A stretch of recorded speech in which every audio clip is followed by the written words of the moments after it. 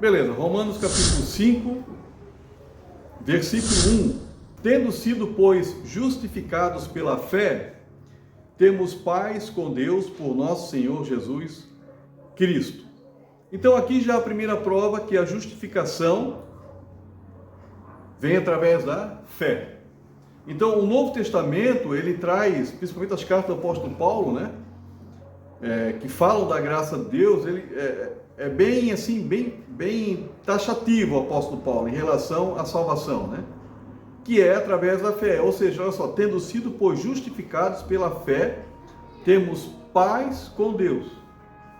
Nós temos a paz com Deus através da fé. Ou seja, através da fé em Deus por nosso Senhor Jesus Cristo. Então, a única maneira de ter paz com Deus é através da fé.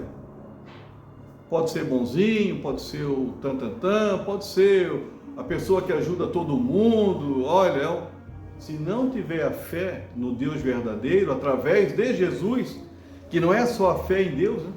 Tem que ser através de Jesus, senão não funciona, pelo menos é o que está aqui na Bíblia, né? Aí sim eu tenho paz com Deus. Interessante. Aí no 2 fala, pelo qual também temos entrada pela fé a esta graça, na qual estamos firmes e nos gloriamos na esperança da glória de Deus. Só entra na graça através da fé em Jesus. Sem a fé em Jesus, não consegue entrar na graça. O que é a graça? A salvação através do sangue de Cristo. É só fé. E a palavra fala que não é por obras, né? Para que ninguém se glorie. Ou seja, quer fazer boa obra? Pode fazer, sabendo que é Cristo que está fazendo através de nós. Mas nós não temos condições de ganhar a salvação através das obras. Não hoje. Lá atrás sim. Mas hoje é só através da fé. Por quê? Porque o próprio Jesus já fez a obra completa por nós. Para que eu não preciso mais fazer obra nenhuma. Ele fez a obra. 3. E não somente isso, mas também nos gloriamos nas tribulações, sabendo que a tribulação produz paciência. Quem se regozija, quem fica feliz com as tribulações? Ninguém. E a palavra de Deus fala que a gente tem que fazer o quê? Se gloriar nas tribulações, sentir a glória de Deus nas tribulações, sabendo que a tribulação produz paciência. Quanto paciente eu sou agora, quanto mais paciente eu sou agora, devido às tribulações que eu já passei ou tenho passado. Né? Como a gente muda, né? Como a gente muda. Hoje a gente estava vindo para a igreja, daí ali perto da Chilestra, ali na antiga Chilestra, tem uma faixinha de pedestre. Aí tinha um pessoal atravessando, eu apertei o alarme, e o pessoal passou tal, e nisso eu desliguei o alarme, e era sinaleira ali, né? Dei seta para entrar pro lado ali, perto ali do negócio do cachorro ali, né? Dei a seta. Vinham lá de trás da moto sem farol, passou. E eu com a seta e o carro já quase, já embicado para entrar. Veio outro carro, e o sinal estava fechado. Aí eu, cara, eu fiquei meio, o cara fica meio chateado. Poxa, estão vendo que eu tô com a seta aqui, o carro no meio, pô, os caras vêm e vão enfiando. Aí nisso assim, tá indo para a igreja agora? Ela para mim, né? Eu disse, olha como o diabo trabalha, né? Eu com o carro ali para entrar, fiz a minha boa ação, né? Cristo fez por mim, e ninguém para. Por que ninguém para? Não é só dar um tempinho? Interessante isso aí. E o diabo já trabalhando. Que o diabo ele não te toca, mas ele usa quem? Pessoas para te tocar. Ele não tem condições de tocar, ele não pode tocar. Ele não tem autoridade, ele não tem permissão para tocar num servo de Deus. Não há permissão. Então ele usa o quê? Os que estão ao redor. Os amigos, inimigos, familiares, o que está ao redor, para te atingir. Interessante isso aí. 4. E a paciência, a experiência, e a experiência, a esperança. Ou seja, isso produz em mim, a tribulação produz em mim uma paciência que vai gerar uma experiência, porque a paciência eu estou aprendendo agora. Estou aprendendo, aí eu estou ganhando experiência, né? Quebra uma máquina lá, se tu não tiver paciência, nos primeiras vezes que quebrou, que não conhecia muito aquilo, mas devido àquela paciência de estar aprendendo, está indo, hoje criou uma experiência. Ah, quebrou. Ah, é aquele negócio lá. Já sabe. E aí te cria o que depois? Uma esperança. Essa experiência de fazer as coisas vai te criar uma esperança. Poxa, agora eu vou fazer isso, fazer aquilo. E a esperança não traz confusão. Se eu tenho esperança em algo, eu não fico confuso. Está entendendo? Se a minha esperança é em Cristo, por que eu vou ficar confuso? Até dentro da própria igreja, às vezes, né? O cara ficou confuso, o crente está lá na cadeira, ficou confuso. O pastor falou isso e agora fica bravo, fica irritado, porque o que está acontecendo? É porque diz que a esperança não traz confusão, porquanto o amor de Deus está derramado em nossos corações pelo Espírito Santo que nos foi dado. O amor de Deus só está em nós se nós tivermos o Espírito Santo. Tem muita gente enganada, achando que tem o amor de Deus, mas não tem, porque não aceitou Jesus. Se não aceitar Jesus, o Espírito Santo não entrou dentro dele, automaticamente a fé dele é vã. É vã. Não adianta. Então está aqui na Bíblia, né? 6. Porque Cristo, estando nós ainda fracos, morreu a seu tempo pelos ímpios. Nós éramos ímpios. E Jesus morreu por nós. Porque apenas alguém morrerá por um justo, pois poderá ser que pelo bom alguém ouse morrer. Ou seja, em outras versões está diferente. Diz que por um bom até talvez alguém morra, mas por um justo não. Né? Pessoa boazinha, meu, como é boazinho, olha lá. Ah, não, muito boazinho, todo mundo se compadece, que bonzinho.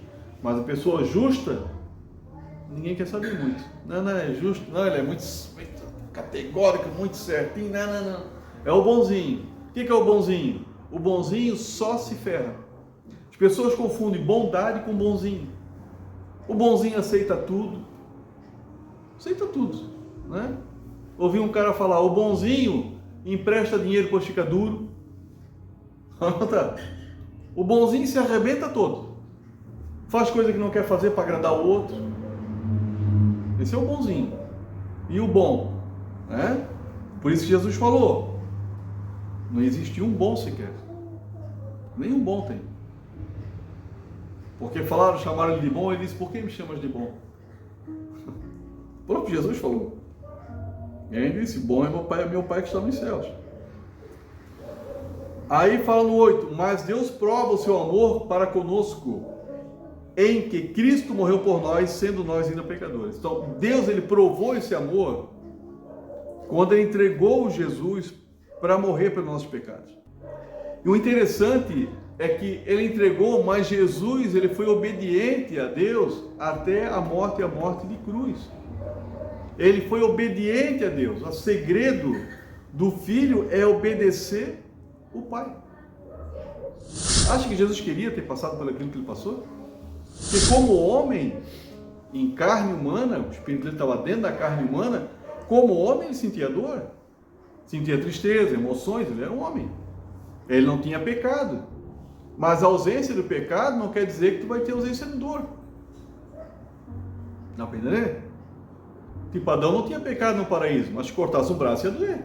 Por quê? É um sistema de defesa do corpo.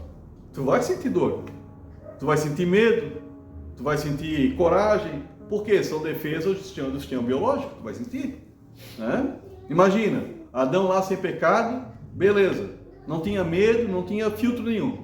Aí se jogava de cima de uma montanha, caía a cabeça na pedra, lá Deus tinha que botar ele para ver. Não, tinha um filtro, né?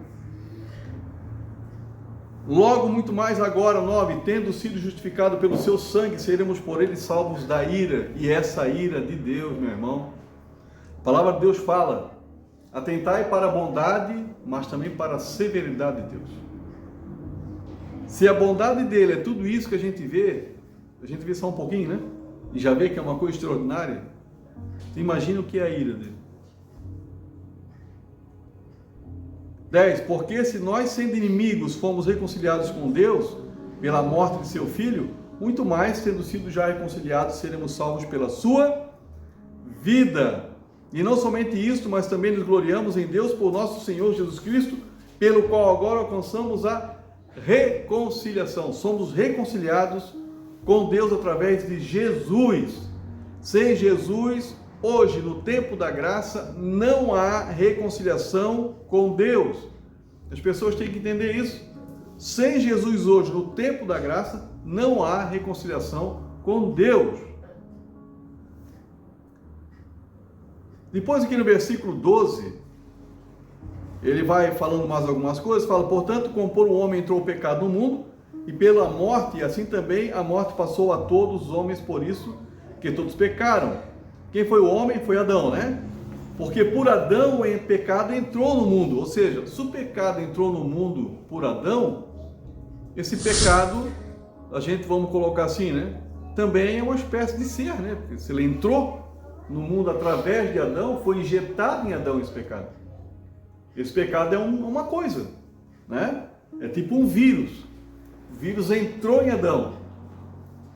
E quando esse vírus entrou em Adão, ele acabou contaminando toda a humanidade, porque Adão estava contaminado, teve filho, o filho já veio contaminado e foi contaminando todo mundo. Foi igual a Covid, vai contaminando.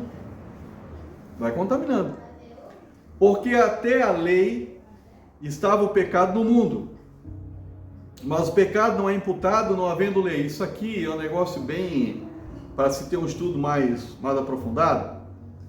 Porque, para pensar comigo, aqui está falando da lei, a lei que Deus entregou aos homens, os judeus. Mas se não havia lei, como é que eles pecavam? Como é que eles sabiam que estavam pecando, se não havia lei? E diz que o pecado é conhecido só por causa da lei. Se não tiver uma placa ali que diz anda a 80 e tu passar 100, tu pecasse, não? Não, tu não errasse. Não é verdade? Não tinha ninguém me avisando ali. Então, antes dos mandamentos serem entregues aos judeus, aquele povo lá atrás, olha só o que fala aqui, no 14, no entanto, a morte reinou desde Adão até Moisés, até sobre aqueles que não tinham pecado, à semelhança da transgressão de Adão, o qual é a figura daquele que havia de vir. Entendeu? Ou seja, essas pessoas, eles não pecavam, vamos colocar assim. Eles pecavam, mas não tinham consciência do pecado. Sabiam que era errado, aquela coisa toda, né? Mas a questão é que eles não tinham salvação porque eles não tinham Deus. Entendeu? Tu não tem a lei para dizer que está certo ou que está errado. Aí tu cria as próprias leis. Só que tu vai prestar conta a quem pelas leis? Ao líder, ao que criou a lei, certo? Não tinha Deus para eles, vamos colocar assim. E aqueles que tinham relacionamento com Deus, como o caso de Noé, né? Olha só, daquela turma toda até Noé, só Noé foi achado digno, e a família dele. A família foi salva por causa de Noé, não porque a família era digna, porque Noé era. Deus terminou tudo. Tá vendo? Enoque foi arrebatado junto, foi levado embora. Enoque foi levado embora, foi levado com tudo. Né? Enoque. E aí tu pega ali para trás todos aqueles outros. Adão teve salvação? Ele tinha pecado? Tem coisas que ele não vai entender. Não vai entender. Só quando chegar lá. Pelo que a gente percebe, Adão morreu em pecado. Será que ele se reconciliou com Deus? Se arrependeu? A gente não sabe, né? Então não adianta a gente ficar buscando coisas, né? Tentando entender, né? Então não tem como saber. Através de todas aquelas ofensas que foram feitas, veio então esse dom gratuito. Através daquelas ofensas, veio esse dom gratuito, veio a justificação. Porque se não tivesse pecado, também não tinha o porquê ter justificação. Não tinha porquê. 17. Porque se pela ofensa de um só a morte reinou por esse, muito mais os que recebem a abundância da graça e dom da justiça reinarão em vida por um só Jesus Cristo. Note bem, a graça veio para todos os homens. Tem gente que usa isso aqui para dizer que todo mundo é salvo. E não é assim. Porque se eu isolar esse versículo aqui, Não, mas a graça veio para todo mundo, então todo mundo é salvo. Não é verdade? Não, todo mundo é salvo. E veio para todo mundo? Sim, veio para todo mundo. O sol brilha para todo mundo. Brilha para todo mundo, só que vai ficar na sombra se tu quiser. A graça veio para todo mundo, porque a graça é de graça. Lembra? É o panfletinho. Pega o panfleto. Ah, não quero. Beleza. A graça veio para todos. Ninguém pode dizer, não, mas eu não. Não, a graça é tua também. Agora, tu quer essa graça? Tu quer receber isso de graça? Quer receber a salvação de graça? E é aí que as pessoas não querem. Entendeu? E tem gente que pega isso aqui, tem até um pastor, eu não lembro mais aquele filme, e o pastor usa isso aqui para dizer que não, todo mundo foi salvo já. Todo mundo já está tudo certo, mas não é assim. Porque como pela desobediência de um só homem, muitos foram feitos pecadores, assim pela obediência de muitos serão feitos justos. Ó, de um, muitos serão feitos justos, não diz que todos, muitos. 20. Veio, porém, a lei para que a ofensa abundasse, mas onde o pecado abundou, superabundou a graça. Ou seja, onde havia pecado, a graça superabundou, foi muito maior a graça. Para que assim como o pecado reinou na morte, também a graça reinasse pela justiça para a vida eterna, por Jesus Cristo, o nosso Senhor. Na frente, que diremos, pois? Permaneceremos no pecado para que a graça abunde? Ou seja, se a graça superabundou no pecado, então eu vou continuar pecando para que a graça fique ainda maior? Claro que não. Né? Ah, tem gente que fala, não, agora então que eu sou salvo, então eu posso pecar? Aqui fala, claro que não. Só porque agora eu sou salvo, vou continuar pecando para a graça ser maior? Não. De modo nenhum, fala no 2. No capítulo seguinte, né? De modo nenhum. Nós que estamos mortos para o pecado, como viveremos ainda nele? Ou não sabeis que todos quantos fomos batizados em Jesus Cristo, fomos batizados na sua morte? As pessoas estão falando isso aqui achando que é água. Não tem nada a ver com água isso aqui. Batizado significa purificação, não diz água, não significa água, significa purificação. Nós fomos batizados aonde? Pela morte ou na morte? Até a de vocês a versão, na morte. Certo? Fomos batizados lá naquela cruz. Foi lá que aconteceu o batismo. Foi na morte dele.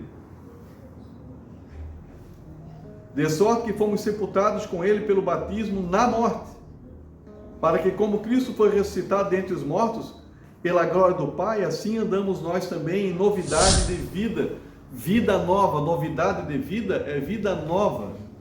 E como é bom a gente ter uma novidade de vida. Olhar para uma montanha, tudo passa a ser novidade, interessante isso aí, para analisar. Antes de aceitar Cristo, era tudo muito normal. Para mim era normal. Mas hoje tudo é novidade. Olhar uma lua bonita é uma novidade, uma montanha é uma novidade. Tudo é uma novidade. Parece que a gente nasce de novo e a gente nasce de novo. Porque tem que aprender tudo de novo. Tudo, do zero. Aprender a se comportar, aprender a falar, aprender a ter fé, aprender a ter paciência, aprender a ter esperança. É um bebê. Aprender tudo de novo. 5. Porque se fomos plantados juntamente com ele na semelhança da sua morte, também o seremos na sua ressurreição. Sabendo isso, que o nosso homem velho foi com ele crucificado, para que o corpo do pecado seja desfeito, para que não sirvamos mais ao pecado. Ou seja, o velho homem ficou lá na cruz. E o interessante disso que eu aprendo, o Edson de ontem, ele não existe mais. Ele não está mais. Eu não sou o Edson de ontem, porque aquele Edson de ontem não existe mais. Deu para entender? O Edson de amanhã, ele também não existe. Só que eu vou ter que deixar tudo muito preparadinho hoje, para o Edson que vai acordar amanhã. Que não vou mais ser eu. Dá para entender a loucura que é isso? Amanhã, o Edson de amanhã, que é um novo dia, ele vai ter as dificuldades dele, as alegrias dele e assim por diante. Então, quanto mais o Edson de hoje fizer a coisa certa, quando o Edson de amanhã acordar, ele vai pegar a coisa melhor. Então nós somos responsáveis pelo nosso eu do amanhã. Dá para entender? O do ontem não tem mais domínio. O de amanhã eu posso deixar mais ou menos a coisa pronta para o eu de amanhã fazer a coisa melhor. Agora, eu tenho que aprender que é o eu do hoje que tem que viver. Não é o eu do ontem, nem o eu do amanhã. O do ontem não existe mais. Da manhã eu não tenho controle sobre ele. E eu tenho que viver o eu do hoje. É a felicidade do hoje. É a alegria do hoje. É fechar a boca das fofocas do hoje. É deixar de caluniar o do hoje. É ter a esperança do hoje. É o hoje, pessoal. Não é o amanhã. Dá para entender? Então é o hoje. O negócio é o hoje. O do ontem não tem, já foi. Aquele lá não existe mais. O de amanhã, ele vai nascer ainda, se Deus permitir. Então vamos fazer de tudo o possível hoje para o de amanhã ser melhor. E se o eu de amanhã fizer a coisa melhor ainda, o do outro dia vai ser melhor ainda. Agora, se o eu do hoje não fizer nada, é igual ter um filho, né? Se eu não fizer nada para o meu filho hoje, amanhã ele vai crescer e também não vai ter nada também.